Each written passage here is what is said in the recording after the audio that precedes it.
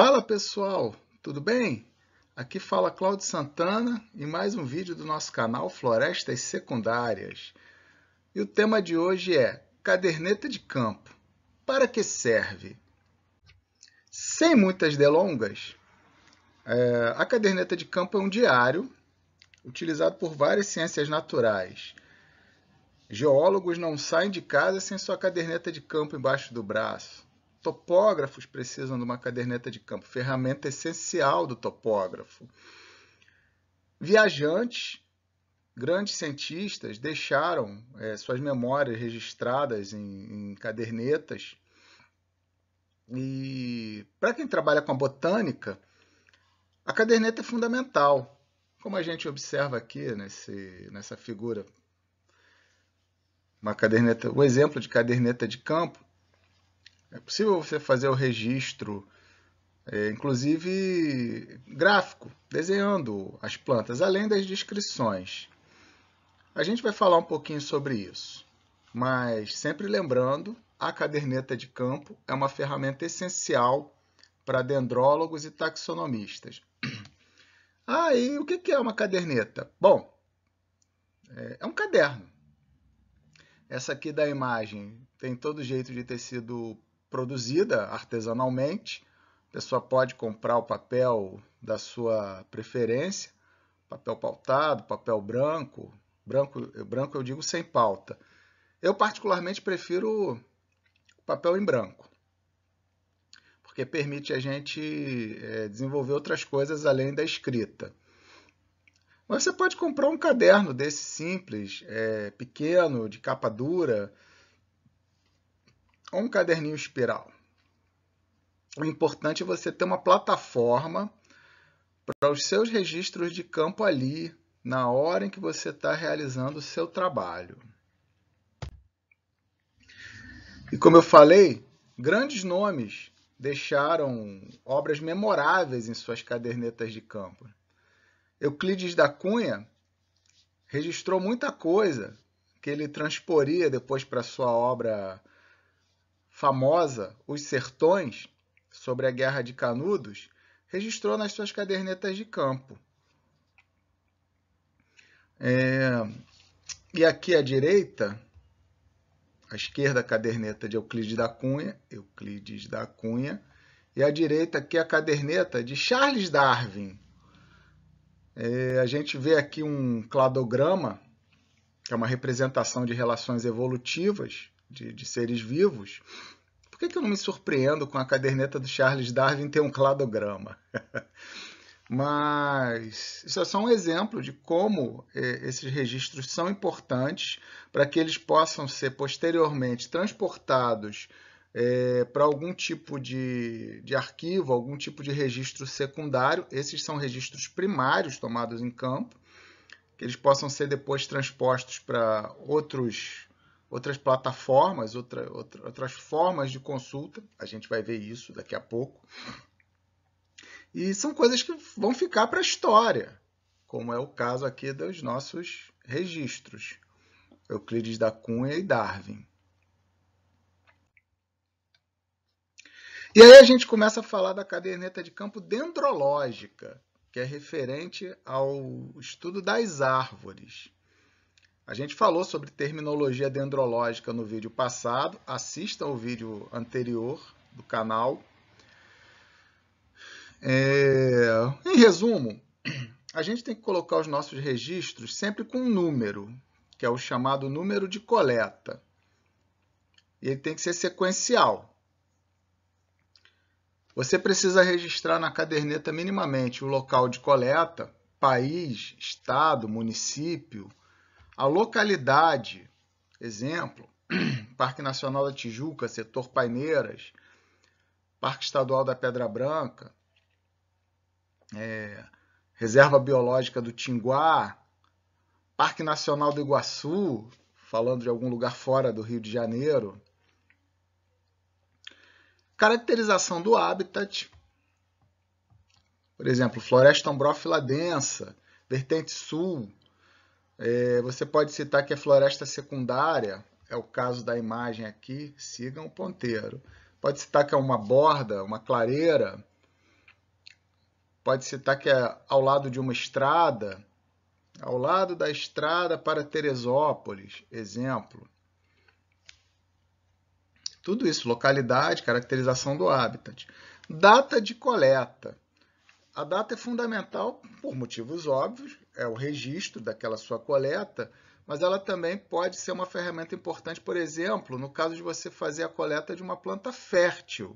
E aí você vai saber que em fevereiro, em março, aquela determinada espécie está fértil. E isso vai te dar já uma informação extra, que é a fenologia da espécie, o seu ciclo reprodutivo. Os coletores, além de você que está coletando, você precisa colocar seu nome, você é o coletor principal, mas se outras pessoas participaram dessa coleta, você quer colocar outros coletores, fique à vontade. Coletores adicionais.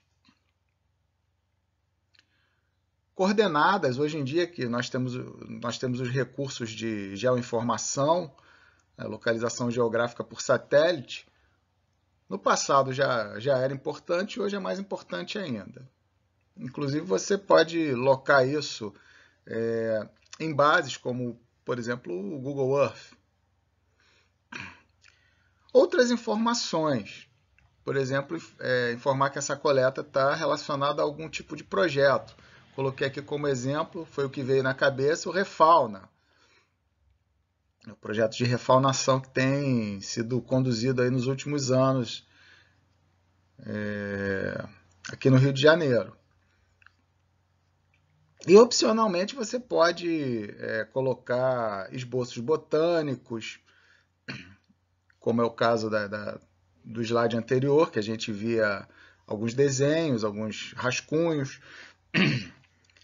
Se você tem disponibilidade de uma caixa de lápis de cor no campo, você poderia, por exemplo, colocar paletas de cores. Além de você citar uma determinada cor na sua descrição, exemplo, flores em cor magenta. A gente normalmente, quando fala em cores, a gente procura se aproximar das cores primárias. Flores em cor magenta, você talvez, tendo lápis de cor, rabiscar em algum local da sua caderneta registrado a essa coleta a cor aproximada do que você viu. Porque isso tudo é uma informação que vai se perder. Cores vão se perder quando você tombar sua amostra em herbário. A caderneta de campo, a caderneta dendrológica de campo, ela está associada a uma coleta botânica. Ela está associada a uma coisa que vai se transformar numa essicata, que vai ser tombada, vai ser guardada em um herbário e daqui a 100 anos vai ser consultada. Você já morreu e alguém vai consultar o seu registro. Lembre-se, você está deixando um legado para futuras gerações. E croquis, não vamos esquecer dos croquis. Localização, por exemplo. E aí, como eu citei, caracterização de habitat relacionada a essa imagem que eu coloquei. Exemplo, floresta ombrófila densa, vertente sul, borda de floresta. Aqui é uma área no bairro carioca do Humaitá, perto do Jardim Botânico. É uma borda de mata onde houve um deslizamento há 50 anos e como é uma área muito instável, tem bastante dificuldade de regeneração. E como eu falei, é possível fazer esboços botânicos na sua caderneta.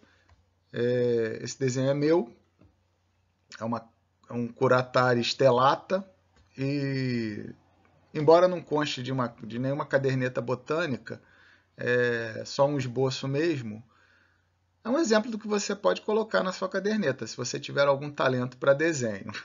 Eu não tenho nenhum.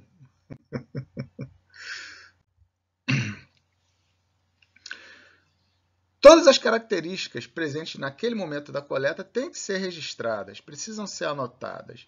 Aqui um exemplo que eu fiz, que eu mostro para vocês, o início de um registro feito especialmente para esse vídeo, uma árvore urbana, área urbana, local, Rua Drummond, em frente ao número tal, vocês vão ver mais à frente, bairro de Olaria, área urbana, é uma árvore de arborização pública, 7 metros de altura, 37 centímetros de DAP. E aí é importante você ir fazendo a descrição à medida que você vai se aproximando da árvore. É claro que numa rua isso é muito fácil, em floresta é bem mais complicado. Mas é importante que você comece a descrição pelos caracteres macro, por exemplo, altura, o porte da árvore. Você vai conseguir medir um diâmetro, a altura do peito, naturalmente. Você vai conseguir, geralmente, descrever uma forma de copa. No caso do oiti, isso é um oiti. Copa de globosa a ovalada, iniciando no terço inferior do fuste. Todas as informações que você considerar importantes. Ritidoma, que é a casca, castanho acinzentado, soltando placas regulares de formato que vocês vão ver daqui a pouco. Então, assim, cor do ritidoma, da casca, é fundamental, que é uma informação que você não vai ter acesso depois. Formato da copa, formato das folhas. Todas são informações valiosas para outros pesquisadores no futuro e para você no seu estudo, na sua pesquisa, na sua carreira. Tem que ser anotadas todas as características que vão ser perdidas também com a herborização. Você vai levar a sua amostra para o laboratório. As folhas, por exemplo, de plantas da família Nyctaginácea passam de verde para preto de um dia para o outro. Então você já perdeu a característica das cores no campo, mas você tem uma característica adicional, flores enegrecidas rapidamente. Isso é uma característica de Nyctaginácea. Opa, estou dando spoiler de um vídeo futuro aí. Existência de estruturas que podem se perder, que eu estou chamando de estruturas efêmeras. Ramentas, por exemplo. Quer saber o que é ramenta? Assista nosso vídeo sobre terminologia dendrológica e, principalmente, leia nosso livro, que a gente vai falar dele lá no final. Livro meu e principalmente da colega Márcia Lopes. Compre o nosso livro. Temos versão digital, temos versão física. Texturas, cores, tudo tem que ser registrado. Cheiros, não citei no texto, os cheiros, as características organolépticas podem ser decisivas para você identificar famílias. Existem famílias inteiras definidas por cheiros. O chamado cheiro primitivo, o cheiro das lauráceas, o cheiro das monimiáceas, o cheiro das ciparunáceas, pode definir muita coisa. Cheiro primitivo também é chamado cheiro ranaliano. Vamos em frente. Então, aqui alguns exemplos. A cor do ritidoma, daquele mesmo oiti da figura do slide anterior. Eu considerei isso um castanho acinzentado. Não sei qual vai ser a sua percepção. Mas sim, coloque sua percepção.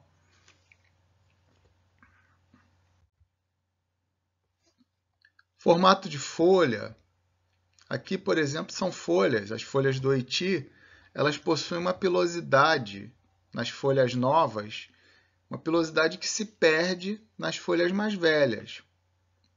É importante numa coleta você tentar registrar também, isso eu não vou falar hoje, mas é importante você registrar o máximo da variedade de uma planta. Então você normalmente faz várias coletas, é importante que você referencie todas elas nas suas anotações. E aí um pouco mais completa, aqui a descrição do oiti, o local, área urbana, árvore de 7 metros de altura, 37 centímetros de diâmetro, altura do peito, copa globosa, ovalada, inicia no terço inferior do fuste, ritidoma castanho acinzentado, soltando placas regulares de formato quadrado a retangular, entrecasca amarelada e lisa. É importante ver a casca viva. A gente pede encarecidamente que sempre que possível, aliás, que sempre, e que o que não seja esse sempre seja só exceção, você não faça ferimentos na árvore, para registrar a casca viva. Você não vai precisar coletar ramos. Geralmente, na coleta dos ramos, você consegue ver a cor da casca viva. Então, por favor, limite-se a essa coleta dos ramos. Ferimentos no tronco das árvores podem causar infecções e a perda de indivíduos que podem ser únicos naquele local. E não existe essa desculpa de que essa árvore vai ser suprimida. Não, você não sabe se essa árvore vai ser suprimida. Eu estou dando uma bronca mesmo. Não faça ferimentos, a não ser que você esteja sendo orientado para isso. Você está numa aula de dendrologia, seu professor fez ele sabe o que está fazendo, mas não faça nada por conta própria. E você, profissional já experiente, careca de saber das coisas, eu estou ficando careca, procure sempre evitar esse tipo de situação. Vamos voltar aqui, entre casca amarelada, lisa, ramos finos com cicatrizes foliares persistentes, indumento aveludado nos ramos mais jovens, que eu mostrei na foto anterior, folhas simples, alternas, com estípulas. Vocês vejam que eu estou partindo do macro para o micro. Folhas simples, alternas, com estípulas, formato elíptico, indumento piloso quando jovens, tendendo a glabras com a idade e a dimensão das folhas aqui. E o indivíduo, na data da coleta, estava estéril e eu fiz um desenho muito rápido, só para ilustrar a possibilidade da gente colocar algumas características, inclusive destacar determinadas características que muitas vezes a gente não consegue ver em fotos, por exemplo. Por isso a ilustração botânica é tão importante. A caderneta vai, como eu falei, vai transportar informações essenciais de campo para o trabalho em laboratório e em herbário. E no caso do tombamento em herbários, ela vai te ajudar na confecção das etiquetas.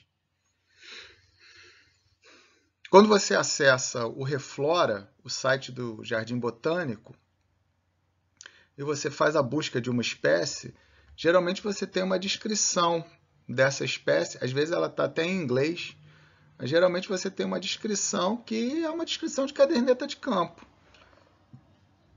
Então vocês vão vendo que tem essa ordem: caule, casca fissurada, casca interna avermelhada, folhas com margens serreadas, base revoluta, domáceas nas axilas, nervuras secundárias que estão ausentes, essas domáceas, tipo de inflorescência, fala em frutos. Afinal de contas, a descrição do Jardim Botânico está baseada em vários registros, várias cadernetas. Essa informação é fundamental, são árvores de dossel ou emergentes. A posição da árvore, seja se ela está numa clareira, se ela está numa borda, ou se ela emerge da floresta, ou se ela só ocorre abaixo de outras árvores, isso às vezes te ajuda a definir famílias inteiras, tá? Então, que é um conjunto de características e o exemplo de como isso é transportado para consulta pública. Isso está na plataforma Reflora. E aqui uma etiqueta de herbário do Jardim Botânico, uma pseudolaélia, família Orquidácea. Aquelas informações de localização vão estar na ficha da Escata. Estado do Espírito Santo, município de Castelo, Forno Grande, Lajão, 1.200 metros de altitude. Algumas características adicionais, é uma epífita sobre Veloziácea, flores roxas. Olha a característica que vai se perder com a herborização, sendo registrada na etiqueta de herbário, sendo que essa informação já veio da caderneta de campo, que muito provavelmente, quando isso chegou no herbário, já não era mais uma flor roxa. Devia ser uma flor marrom ou cinza, cinzentada. O coletor tem um número do coletor e a data de coleta, 12 de maio de 1949.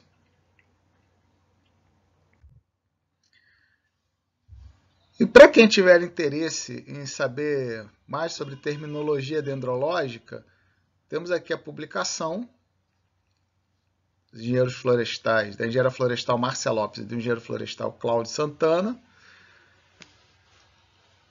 Vocês vão encontrar isso no site do Clube de Autores, mas também está disponível na Amazon. E recomendo essa bibliografia. Existem outras bibliografias, a série de livros da professora Graziella, publicações, inclusive, gratuitas na internet, de herbários, publicações referentes a projetos específicos, publicações de grandes instituições como o INPA. O negócio é saber procurar. E é bom a gente ter uma bibliografia na nossa estante, né? Por isso eu sugiro nossa apostila de dendrologia, que não é uma apostila, ela é um livro.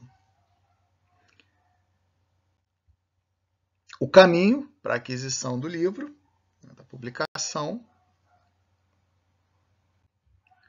E o agradecimento a quem assistiu esse vídeo até o final. Faz a inscrição no canal, aciona o sininho, se inscreve também nas outras plataformas onde eu estou presente. E eu tenho um livro gratuito que não é bem de dendrologia, mas vale a pena ser lido, Estrangeiros na Cidade do Rio de Janeiro. Baixa meu livro, divulga, compra outro livro e assiste o próximo vídeo do nosso canal Florestas Secundárias. Continue nos acompanhando. Até lá!